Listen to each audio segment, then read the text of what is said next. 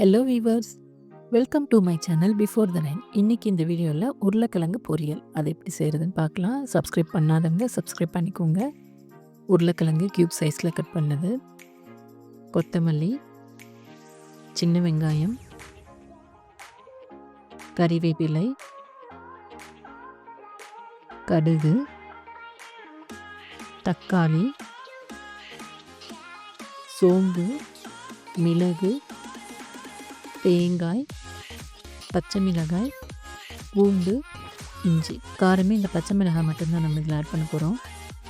So இதை நம்ம அரைச்சிக்கலாம். பச்சை மிளகாவையும் தேங்காயையும் கட் பண்ணி ஆட் பண்ணுங்கள். இதை நம்ம அரைச்சிட்டு வந்துடலாம். ஸோ அரைச்சது இப்படி தான் இருக்குது. மஞ்சத்தூள் மட்டும்தான் ஆட் பண்ண போகிறோம். மிளகாய் தூள் ஆட் பண்ண போகிறது கிடையாது. மிளகு காரமும் பச்சை மிளகாய் காரம் தான். ஸ்டவ் ஆன் பண்ணி பேன் வச்சுக்கோங்க.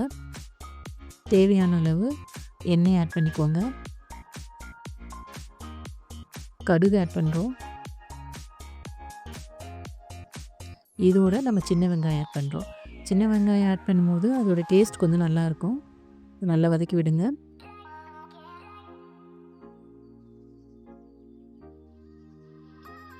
கறிவேப்பிலை ஆட் பண்ணிக்கலாம். ஓரளவு கண்ணாடி பாகம் வர அளவுக்கு வெந்தால் போதும். இதோடு நம்ம உருளைக்கிழங்கு ஆட் பண்ணிக்கலாம்.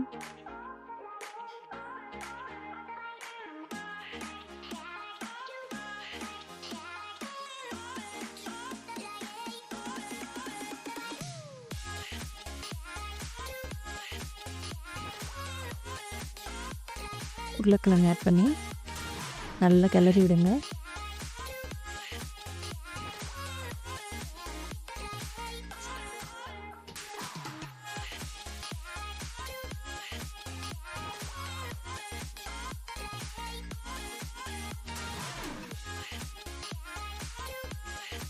இதுக்கு தேவையான அளவு உப்பு ஆட் பண்ணிக்கலாம்.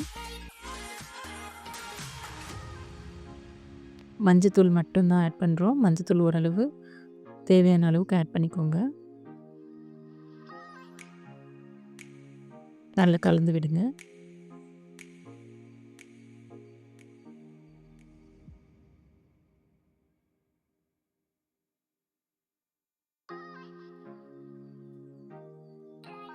எப்போவுமே உருளைக்கிழங்கு ஃப்ரை பண்ணி சாப்பிட்றத விட இது மாதிரி செஞ்சு சாப்பிடும்போது நல்லாயிருக்கும். இப்போ தக்காளி ஆட் பண்ணிக்கலாம்.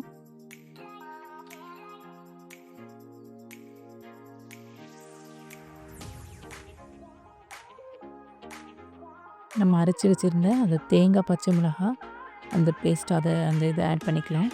தண்ணி அதிகமாக விடாமல் இந்த மாதிரி ட்ரையாக பேஸ்ட் பண்ணிக்கோங்க.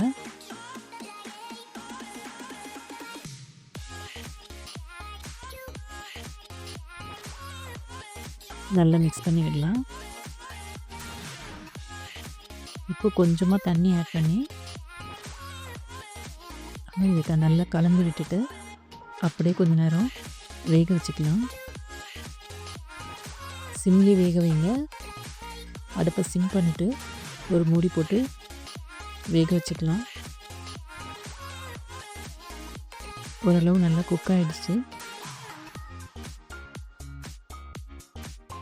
ஃப்ளேவரும் நல்லாயிருக்கு. இந்த டைமில் நல்லா கலந்து விட்டுட்டு கொத்தமல்லி ஆட் பண்ணிக்கலாம்.